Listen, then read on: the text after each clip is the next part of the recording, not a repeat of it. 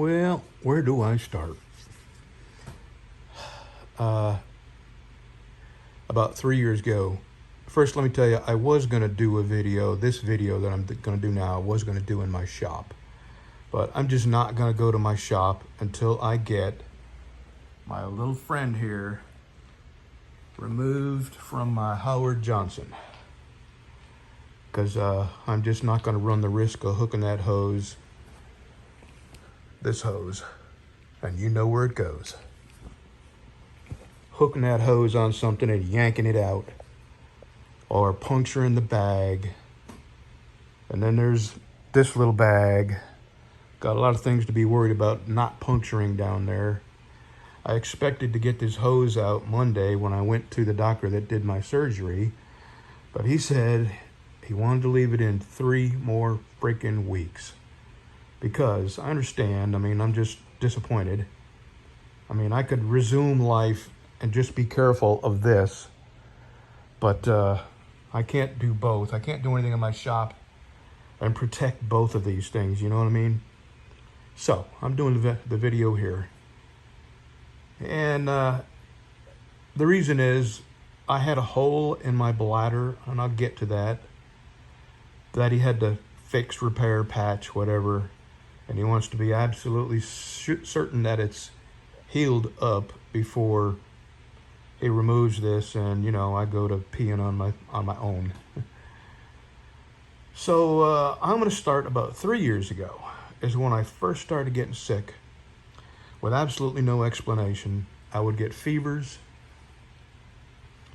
and they would go away, and I would get fevers and they'd go away, and it went on for months and months, and I went to doctor after doctor, and nobody knew what was going on, and everybody tried different medicine. And then for a few months, I was okay. I didn't feel 100%. I thought maybe it was just part of getting old and the fact that I was fat. So I was well enough to do things, go to my shop, ride a motorcycle, enjoy life. And then about 2 years ago, I started getting sick again, only this time sicker. More fevers. I just felt so lethargic and sluggish and tired and everything. And for some reason, my white blood cell counts were very, very, very high.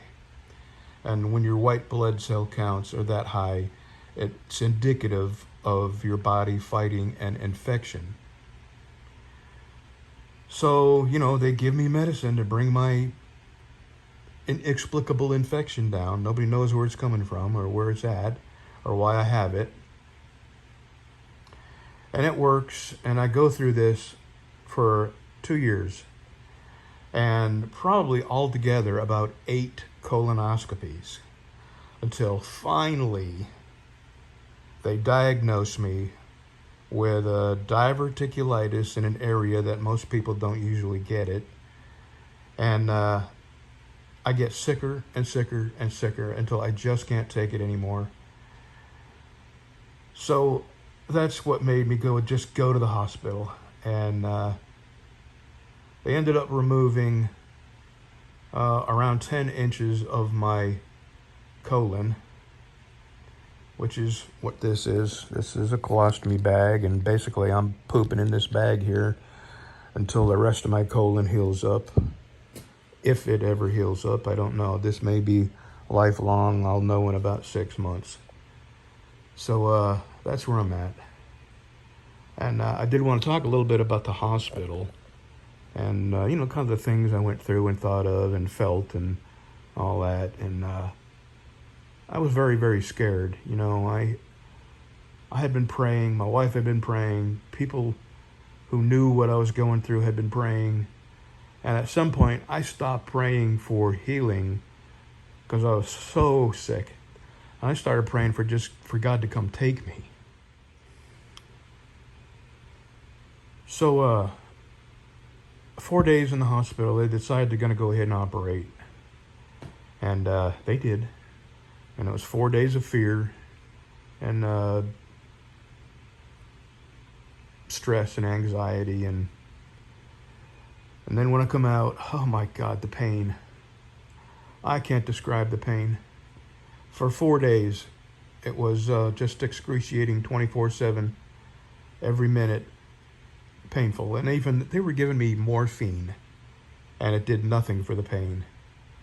Uh, there's like 3 different drugs I could have for pain, and none of them did anything for the pain.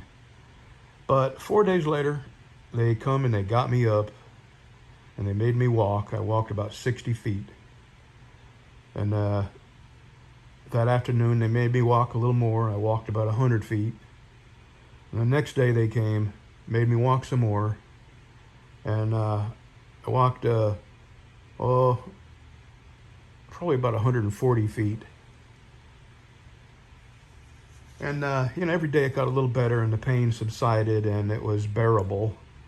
And I stopped asking for the pain meds, mostly. I did ask for them so I could sleep, which I'm going to tell you, first I want to tell you about all the nurses and doctors, and everybody was just amazing, amazing. All the nurses, they went, you could just tell they were kind, caring, compassionate people. Same with the doctors. And I'm really grateful. I had just had this deep feeling of gratitude towards them. But there was this one lady, and this is a lady at night, and what she does is take your blood pressure and your temperature and your pulse ox every 2 hours at night. And you could hear her coming. I'm going to call her Tank. She was the biggest, dumbest, clumsiest oaf.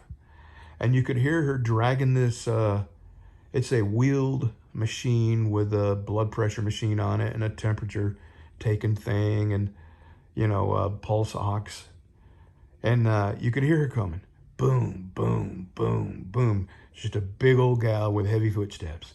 And this thing she's dragging behind her is banging into everything.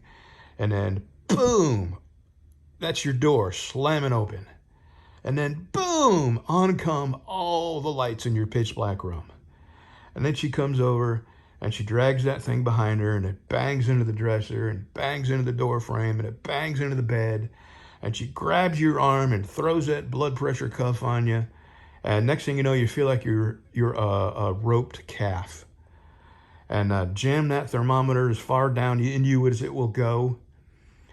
And then leaves the lights on, leaves the door open, and you have to yell for her to come back and turn the lights off and close the door. Every 2 freaking hours, this same moron did the same thing. And God, what a nightmare that woman was. And she absolutely, you meet these people occasionally and you can feel that they absolutely do not have a single solitary cell in them that has the slightest bit of concern or compassion for anybody else. Sociopath, narcissist, whatever you want to call them. And that was this lady, and she was definitely in the wrong line of work. And I did have a couple of nurses that stood out, and I could just feel the compassion and the desire to help people. And there was one nurse at night in particular who I was really glad she was there. It was a real comfort that she was there. And there was one nurse during the day who had a real good sense of humor, and laughter makes a lot of bad things better.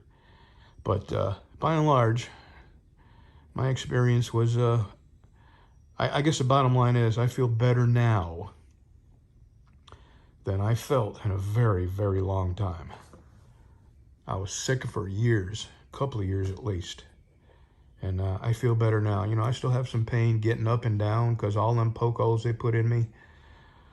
And incisions and cuts. And right now I got a butthole right here in my belly that they had to make.